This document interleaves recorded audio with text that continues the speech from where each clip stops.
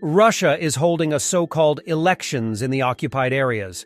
According to the mayor of Melitopol, Ivan Fedorov, the United Russia headquarters in Polohy was blown up when party members were drawing the results of pseudo-elections there.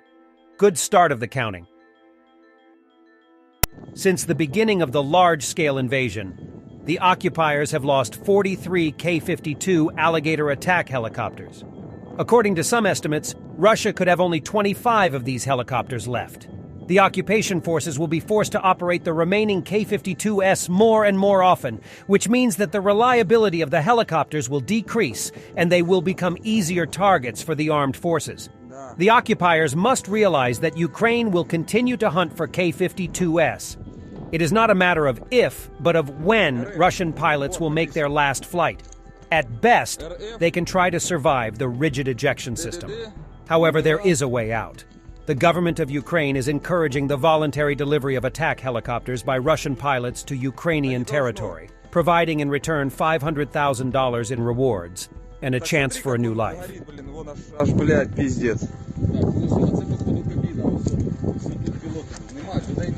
A Russian T-90M tank was captured by the Ukrainian army, presumably in Zaporizhia Oblast.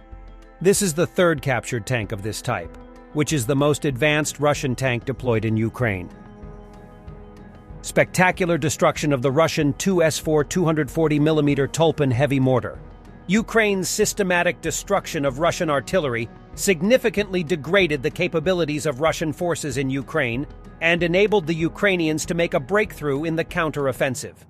This was also acknowledged by Russian generals, such as the deposed General Popov, who openly said that Ukrainian artillery is significantly more effective than Russian artillery.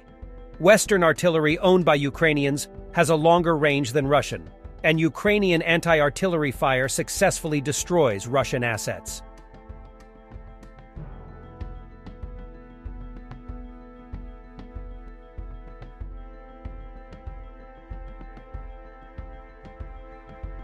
Another one from the delusional series.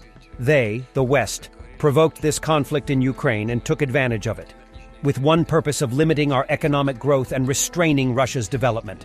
Okay, Vlad. В попытках ограничить наш суверенитет технологический и помешать нашему развитию. И тогда говорили о том, что нужно предпринимать энергичные шаги для того, чтобы обеспечить свой суверенитет технологический. И должен сказать, что, во-первых, наши прогнозы подтвердились. Все, как вот говорили, вот будет вот так все и произошло. Спровоцировали еще этот конфликт на Украине и воспользовались этим. Я думаю, что это вообще целенаправленно все делалось для того, чтобы создать дополнительные условия для ограничения нашего экономического роста и сдерживания развития России. I want to state clearly, it is wrong to tell suffering Ukrainians to allow Russians to take over their country.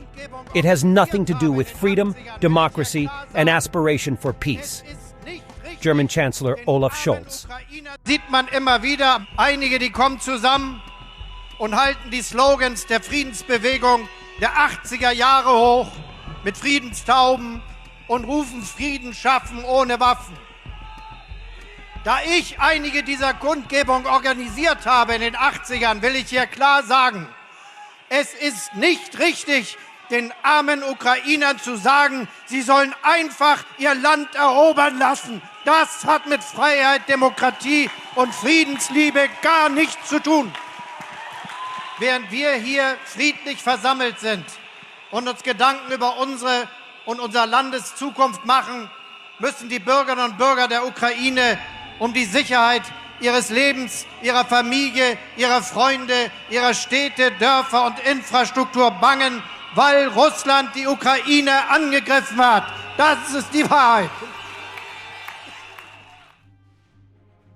The United States will place a military base in Finland, said Finnish publication Iltalehti, citing the country's President Sauli Niinistö. The infrastructure of the air base in the province of Lappi will be used to host the first F-35S of the Finnish BBC. The Pentagon also plans to conclude similar agreements in the near future with two more Scandinavian countries, Denmark and Sweden. An agreement on the location of an American military base in Norway has already been reached.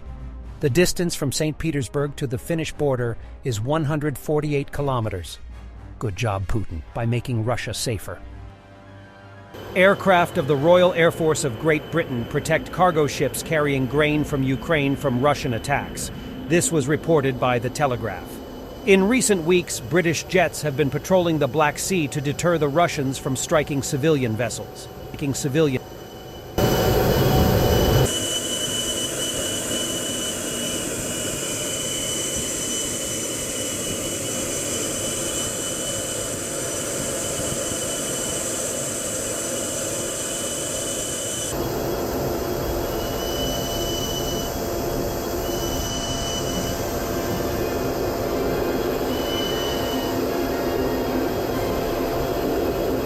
The number of wounded as a result of a Russian missile attack on Kryvyi Rih increased to 72.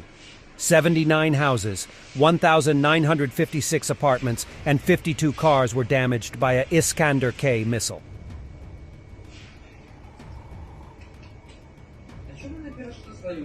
Klishchivka, the southern gate of Bakhmut, the face of war, burned to the bone.